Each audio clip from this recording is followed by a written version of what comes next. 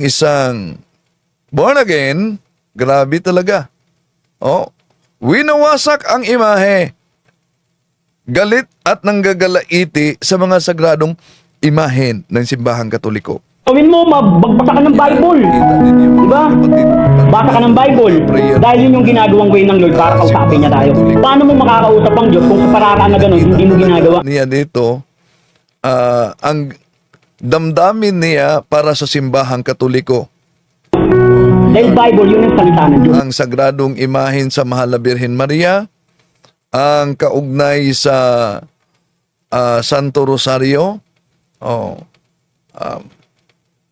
Grabe talaga ang kanilang panggagalaiti sa Santo Rosario. Lahat naman ng mga anti-Catholic, galit na galit kaugnay dito sa Santo Rosario, mga kapatid. At bakit ganun ba?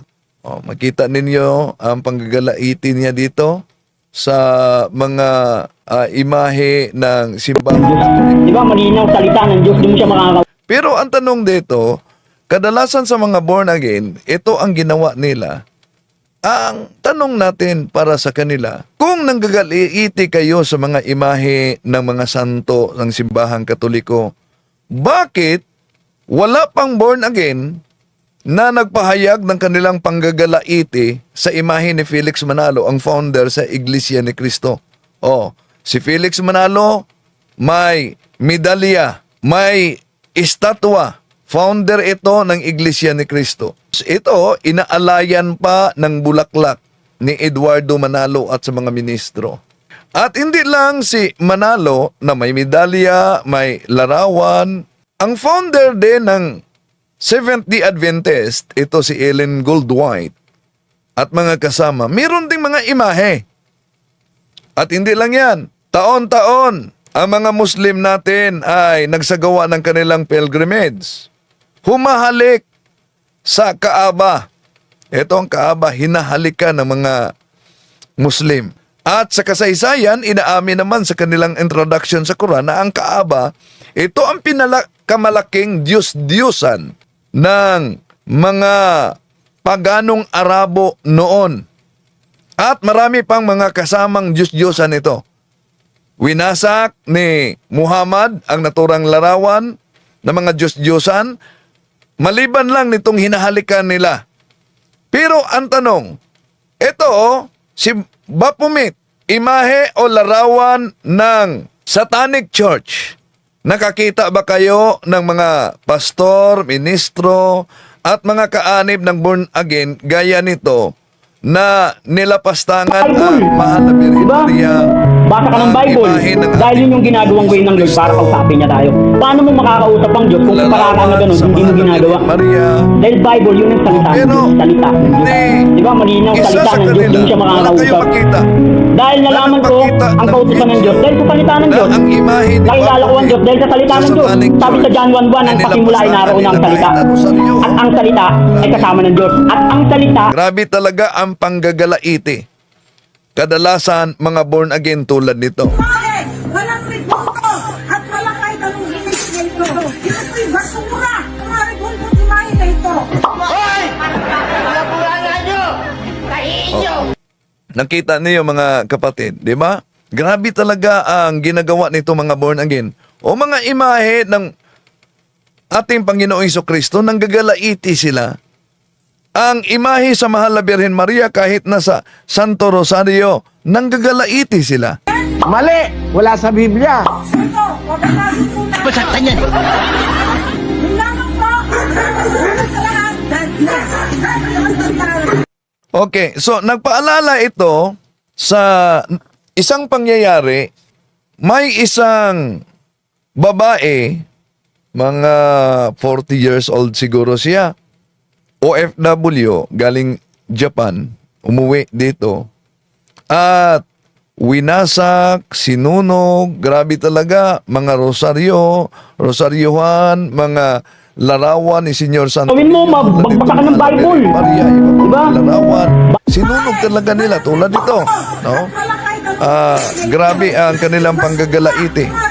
Kaya tinawagan kami ng kaniyang tita nagpatulong sa amin Mali! dahil sabi ng tita, sinunog ang mga imahe o larawan. Kaya pinuntahan namin, naabutan ba namin, umuusok talaga, no? Pero, ang problema, ang naturang babae ay nawala na sa kanyang sarili. Si doktor nagresita ng gamot para sa kaniya dahil nawala talaga siya sa kanyang sarili. At nang nakainom na siya ng gamot, pinainom na ng gamot, abay, walang epekto pa rin. Kaya nagresita si Dr. Ditching ng para injection. Wala pa rin epekto, di makatulog. Na discover namin na ito pala siya ay anak ng miyembro ng PBMA. Yung mga siktang tatag lang din, walang pagkakaiba sa siktang tatag ni Felix Manalo, Kibuloy, nagsusulputan ito. Ang mga siktang ito, mga kapatid, sa ating panahon ngayon. At kahit wala silang sariling Biblia, nakibasa lang, yon na ang resulta. Sa pagbasa nila sa Biblia, lahat ng mga larawan para sa kanila ay Diyos-Diyosan. Pero, ang tanong natin, kung nanggagalaiti kayo sa mga imahe ng mga santo ng simbahang Katoliko, bakit ni isa sa mga protestante itong larawan ni Baphomet sa Satanic Church, walang pastor ni ministro ang nagwasak at nagpagkita ng video? Bakit walang pastor o born again o iglesia ni Manalo, iglesia ni Kibuloy o iglesia ni Soriano ang nagwasak na ipinakita kahit kopya nitong Kaaba na hinahalikan ng mga Muslim? Bakit walang mga pastor, miyembro ng mga nagsusulputang sikta na winasak itong imahen ni Ellen Goldwhite, founder ng Seventh-day Adventist? Bakit walang pastor o mga ministro na nagpakita ng video na winasak ang imahen ni Felix Manalo o ang kaniyang medalyon? So bakit hindi nila nagawa ito kahit sa grupo ng Satanic Church? Bakit sa Katoliko? Alam niyo naman, kung sisilipin natin ang kasaysayan, ang simbahang Katoliko ang siyang iglesyang tatag ng ating Panginoong Hesukristo. Oh. Kaya, etong mga sikta na mga siktang sumulpot sa ating panahon ngayon, nadaya ang mga inosente. Dahil lahat ng mga sikta labas sa simbahang Katoliko, sila'y tatag lamang ng tao. Allergy sila sa mga sagradong imahe dahil nakabasa lang ng talata sa Biblia, akala nila lahat ng mga imahe ay ipinagbabawal na. Halimbawa, nabasa lang nila itong Deuteronomio Kapitulo 7, versikulo 5, kaya nga, gibain ninyo ang kanilang mga altar. Pagputol-putulin ang kanilang mga sinasambang haligi. Durugin ang mga imahen ng kanilang Diyos-Diyosang si Asherah. At sunugin ang mga Diyos-Diyosan. Nabasa lang nila ang Deuteronomio Kapitulo 7, versikulo 5. Nagibain, sunugin. Lalo na yung mga pinagbatayan sa mga pastor at mga miyembro ng siktang tatag lamang ng tao, Levitico Kapitulo 26, versikulo 30, Deuteronomio Kapitulo 7, versikulo 5. Ito ang dahilan na daming mga pastor at mga asong matakaw. Meron ba sa Biblia ang asong matakaw? Tingnan niyo sa Isaias Kapitulo 56:11. Yung mga asong matakaw, yan daw umano ang mga pastor na kulang ang kaalaman. Winawasak nila at sinusunog nila ang mga sagradong imahen sa simbahang Katoliko. Bakit? Dahil mali ang unawa sa mga mangangaral na ito, sila ang katuparan sa Isaiah 56:11 na mga aso ang mga pastor na kulang ang kaalaman. Pero ang tanong, kung lahat ng mga larawan at monumento ay Diyos-Diyosan, di ba nila nabasa na may monumento ng mga propeta na hindi pwedeng sunugin? Di nila yan nabasa. May monumento na huwag wasakin. Asan yan mabasa? Nandiyan sa Ikalawang Hari, Kapitulo 23, 15-18. Ito po ang mabasa natin, mga kapatid. Bukod dito, ang dambana na nasa Bitil at ang mataas na dako na ginawa ni Jeroboam na anak ni Nebat na nakapagpasala sa Israel sa makatuwid bagay, ang dambalang yaon at ang mataas na dako na kanyang ibinagsak. Kanyang sinunog ang mataas na dako at dinurog at sinunog ang mga asira.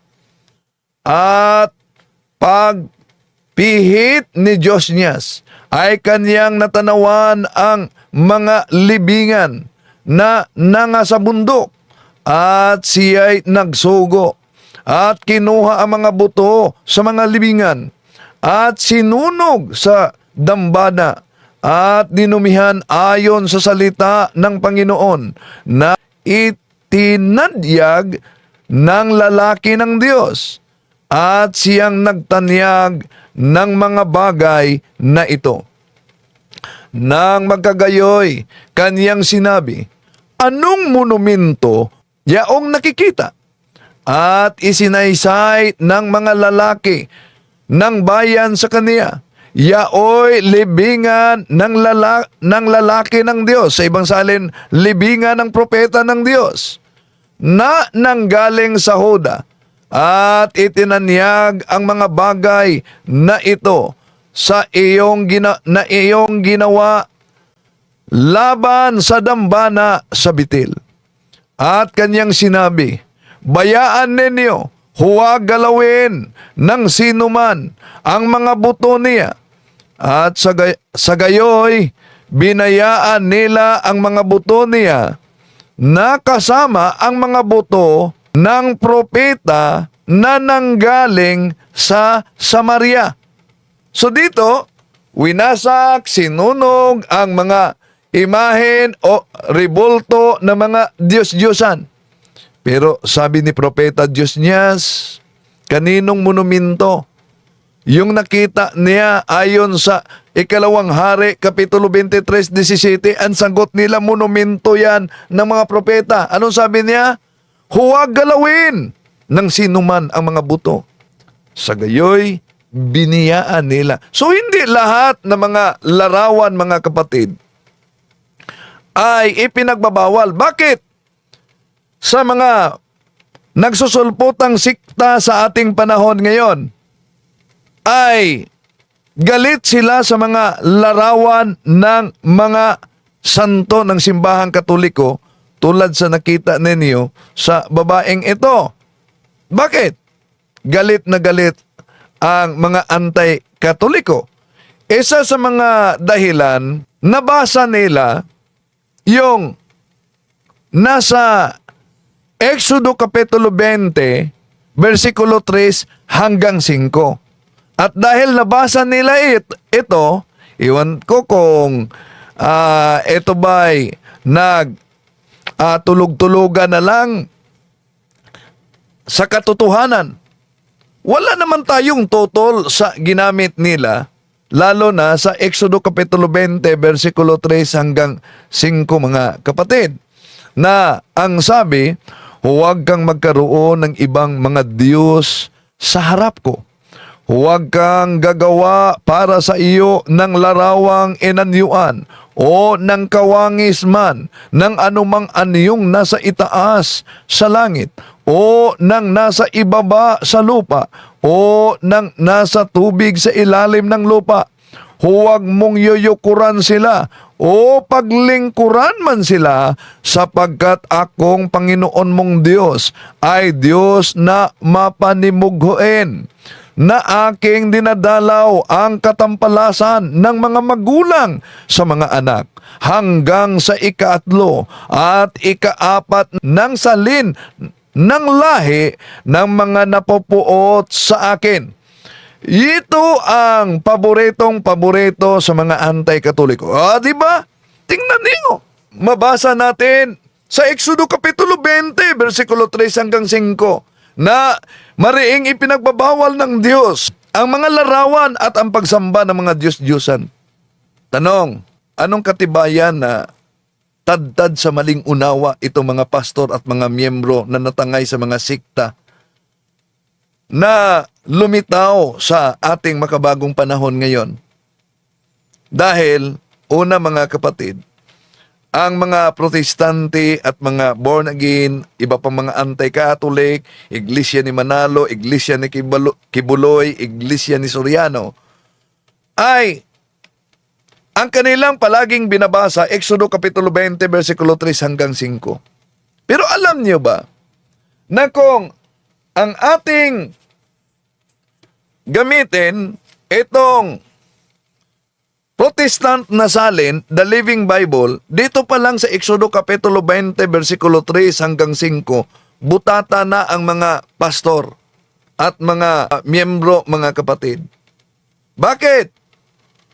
Kung tingnan natin ang Exodo Kapitulo 20, versikulo 3 hanggang 5, ito ang mabasa. You may worship no other God than me. You shall not make yourselves any idols, no images of animals, birds, or fish. You must never bow or worship it in any way. For I, the Lord your God, am very possessive.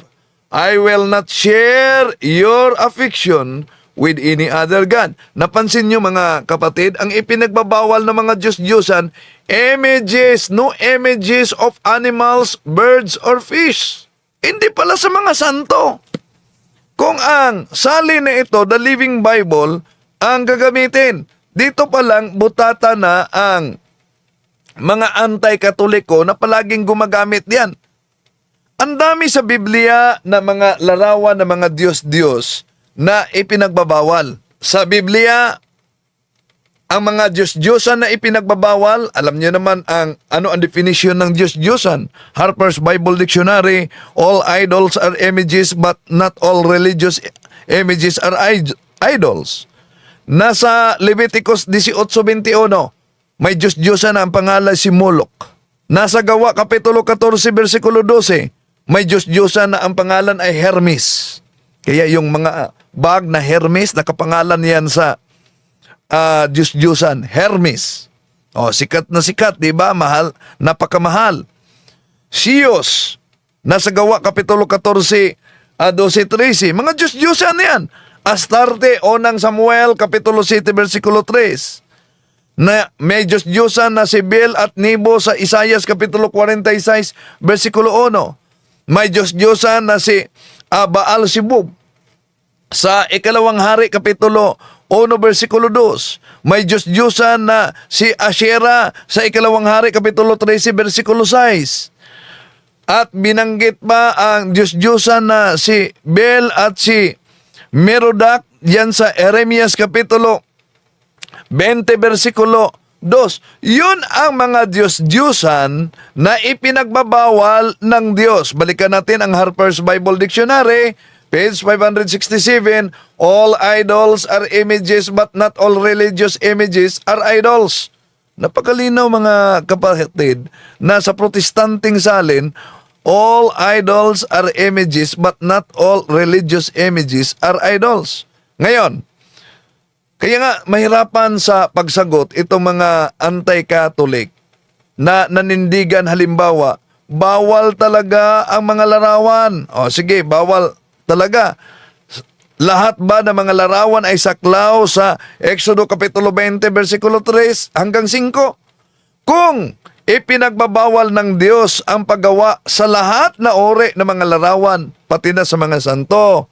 Ang tanong, bakit sa Exodo Kapitulo 25, 19, 22, mabasa natin, may utos ang Diyos kay Moises na magawa ng larawan. Ito ang mabasa natin.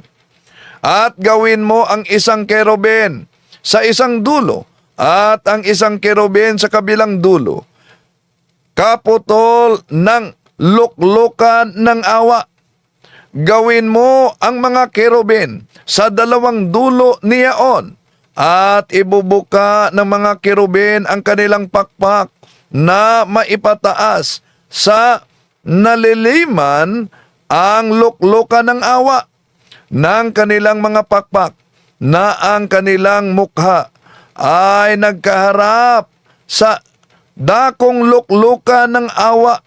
Ihaharap ang mga mukha ng mga kirubin at iyong ilalagay ang luklukan ng awa sa ibabaw ng kaban at sa loob ng kaban ay iyong ilalagay ang mga kinalalagdaan ng patutuo na aking ibibigay sa iyo, at diyay makipagkita ako sa iyo at makikipanayam sa iyo mula sa ibabaw ng luklukan ng awa sa gitna ng dalawang kerubin na nangasa ibabaw ng kaban ng patutuo, tungkol sa lahat ng mga bagay na ibibigay ko sa iyong utos sa mga anak ni Israel. So napansin ninyo, saan makipagtagpo ang Diyos kay Moises?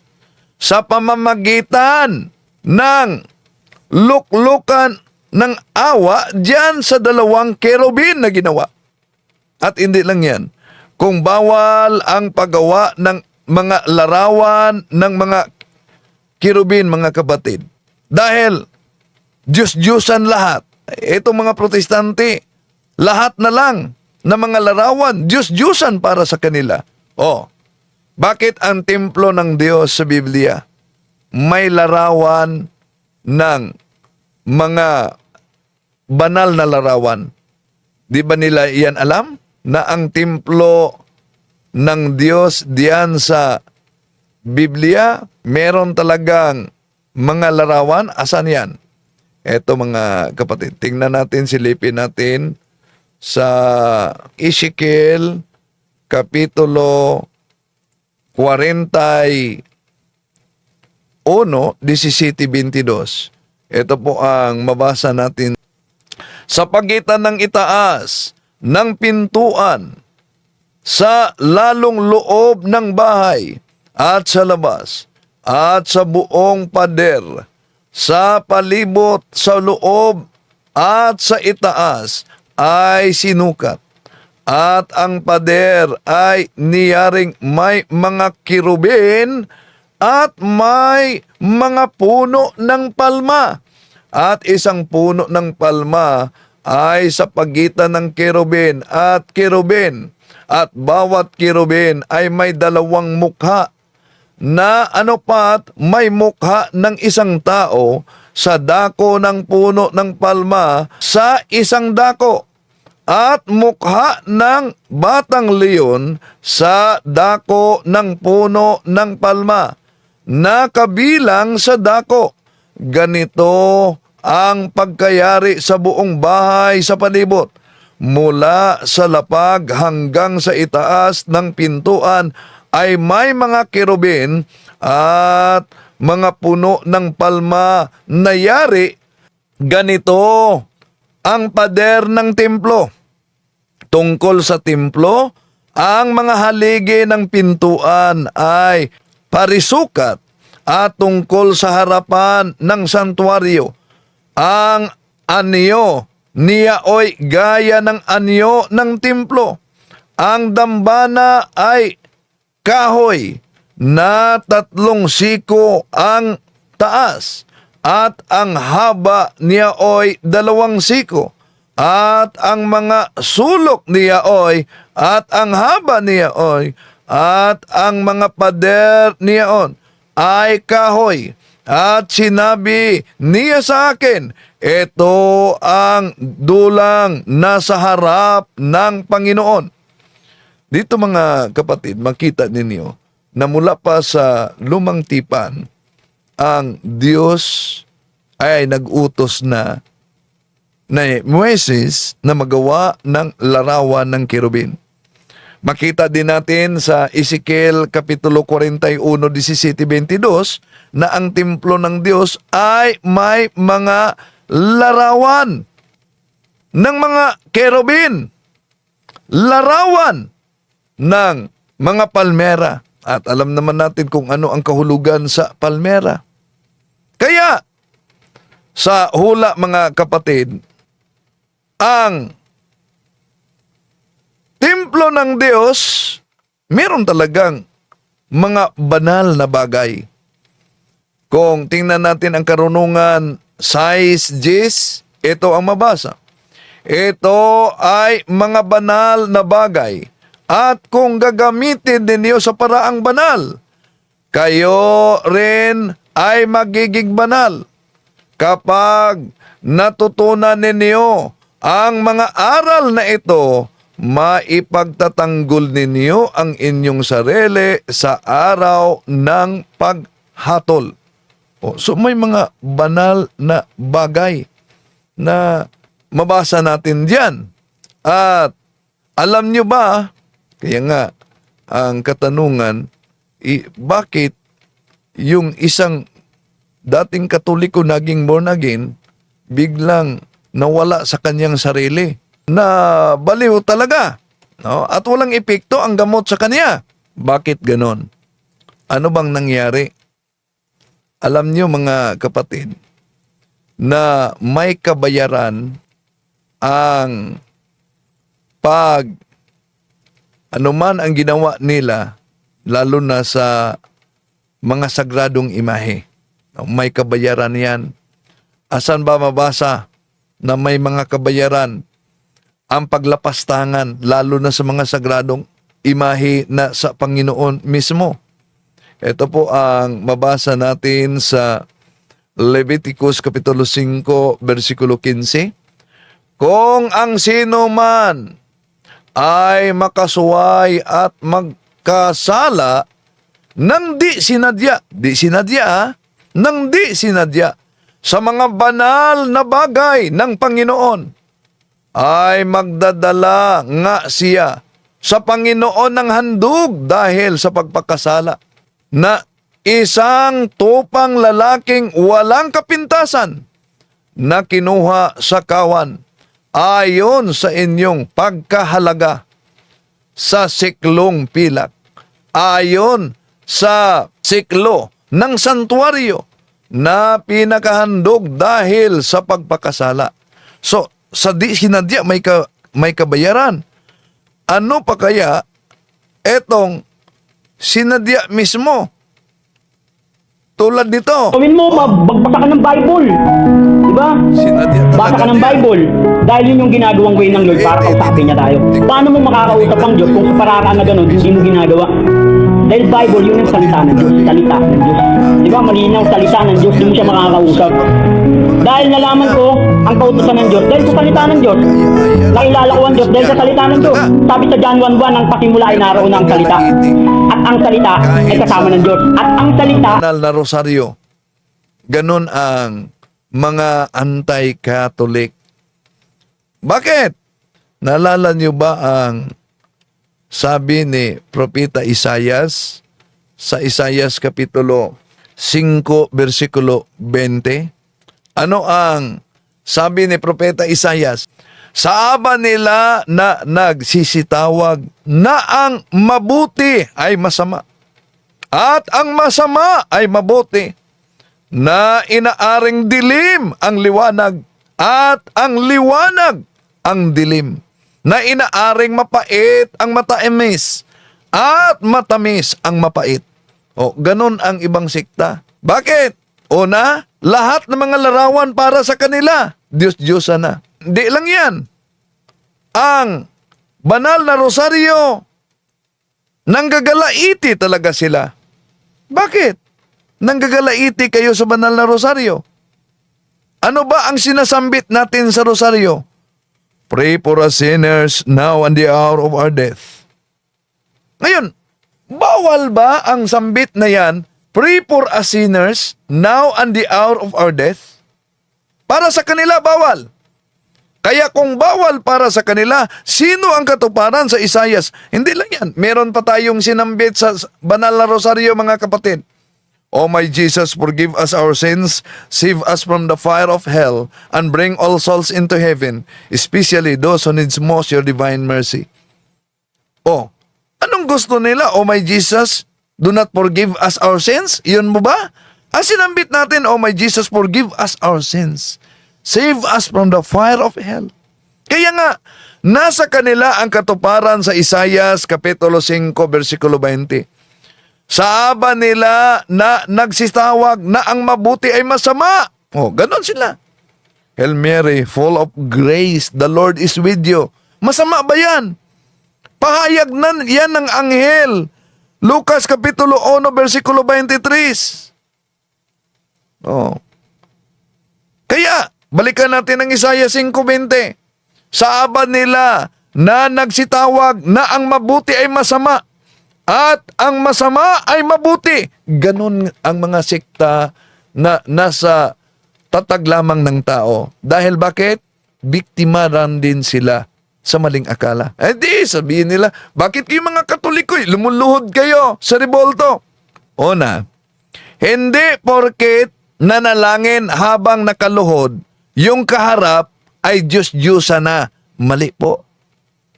Dahil kahit sa Biblia, mabasa natin, kahit nga si San Pedro, lumuluhod habang nanalangin. Gawa Kapitulo 9, versikulo 40. Yun bang kaharap ni Propeta ani San Pedro?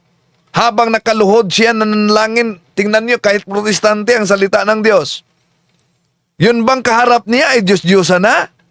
Si Propeta Josue, sa Josue Kapitulo 7, versikulo 6, lumuluhod siya habang nanalangin. Asan siya? Ano ay yung kaharap niya? Ang kaharap niya ay ang dalawang kirubin. Larawan ng mga kirubin na nasa Ark of the Lord. Ark of the Covenant. Números Kapitulo 7, versikulo 88, ang arka ng Diyos, nandiyan ang dalawang larawan ng mga kirubin. Tanong, dahil po ba lumuluhod sa naturang larawan mga kapatid, ang mabasa diyan, yung larawan ng mga kirubin ay Diyos-Diyosa na. Pero, sabi ng iba kasi, ito ang palusot ng ibang sikta, mga kapatid. Hindi! Bakit kayong mga Katoliko, hinahalikan ninyo ang mga larawan? Bakit? Kung hinahalikan natin ang mga larawan, kung may mga humalik sa larawan, ibig ba sabihin ang paghalik, pag Diyos-Diyosa na? Ano sabi ni San Pablo? Roma 16:16, maghalikan kayo sa banal na halik. Nangumusta sa banal na halik. Tingnan na Roma 16:16, ito'y gagamitin ng INC. Dahil po ba sa mabasa dito, pag Diyos-Diyos na? Ang sabi ni San Pablo, magbatian kayo sa banal na halik. Ayon sa kanila, inahalikan kasi ninyo ang mga larawan. Meron ba sa Biblia na pag hinalikan, dinyos na? Ay hindi. Kayo'y humihipo sa mga larawan. Bakit? Di nyo nabasa ang Marcos Kapitulo 5, versikulo 27-28? Na ang isang babae ay humipo sa laylayan ng ating Panginoon Jesucristo at gumaling ang naturang babae? At sabi ng ating Panginoon, sino ang humipo sa akin? Sabi ng kanyang mga alagad, ba't nagtanong ka? Alam mo naman, maraming mga taong sumusunod sa iyo. Sabi ng ating Panginoon, sapagkat may kapangyarihang lumabas sa akin. Sinabi ba ng ating Panginoong Hesus, humipo kayo at gagaling kayo? Hindi. Pero bunsod sa pananampalataya ng naturang babae, mga kapatid, balikan natin ang Gawa Kapitulo 5, 15-16. Alam nyo, kahit nga anino ni San Pedro, nakapagpagaling yan. Gawa Kapitulo 19, versikulo 11-12. Yung mga panyo na dalaiti sa katawan ni San Pablo, nakapagpagaling at lumayas ang mga demonyo.